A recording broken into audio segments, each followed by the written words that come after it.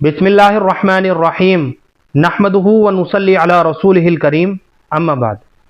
मोहतरम नाज़रीन इकराम, एक साहिबा हैं आयशा शेख, इनकी जानिब से कमेंट है, विहाना नाम का मतलब बताइए मौलाना साहब।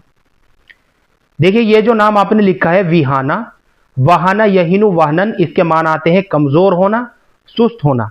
इसी तरीके से इसका एक माना और आता है आधी रात में दाखिल होना। बच्ची के लिए ये नाम बिल्कुल भी मुनासिब नहीं रहेगा, क्योंकि इसके माना है कमज़ोर होना, सुस्त होना और आधी रात में दाखिल होना। इसके माना जो है ना, बच्ची का नाम रखने के लिहाज से बिल्कुल भी मौजू नहीं है।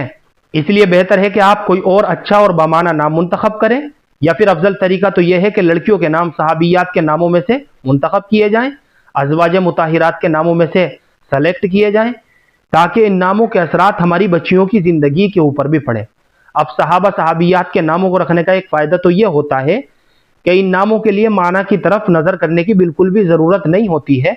इनका नाम होना ही निस्बत और बरकत के लिए काफ़ी होता है। लिहाजा आप सहाबियात के नामों में से मुंतखब करें। बड़े प्यारे प्यारे और खूबसूरत नाम हैं। हमारे इस चैनल पर सहाबियात के नामों के ताल्लुक से काफ़ी सारी वीडियोस बनी हुई है, आप जाकर देख सकते हैं। और जो नाम आपको पसंद आ जाए उस नाम का इंतखाब कर लीजिए और अपनी बच्ची का नाम रख लीजिए। अलबत्ता ये जो नाम आपने लिखा है विहाना, ये बच्ची का नाम रखने के लिहाज से इसके माना अच्छे नहीं है। इसके माना है कमज़ोर होना और सुस्त होना। मैंने आपको पूरा डिटेल के साथ समझा दिया है। मुझे उम्मीद है कि आपको अच्छी तरह समझ में आ गया होगा।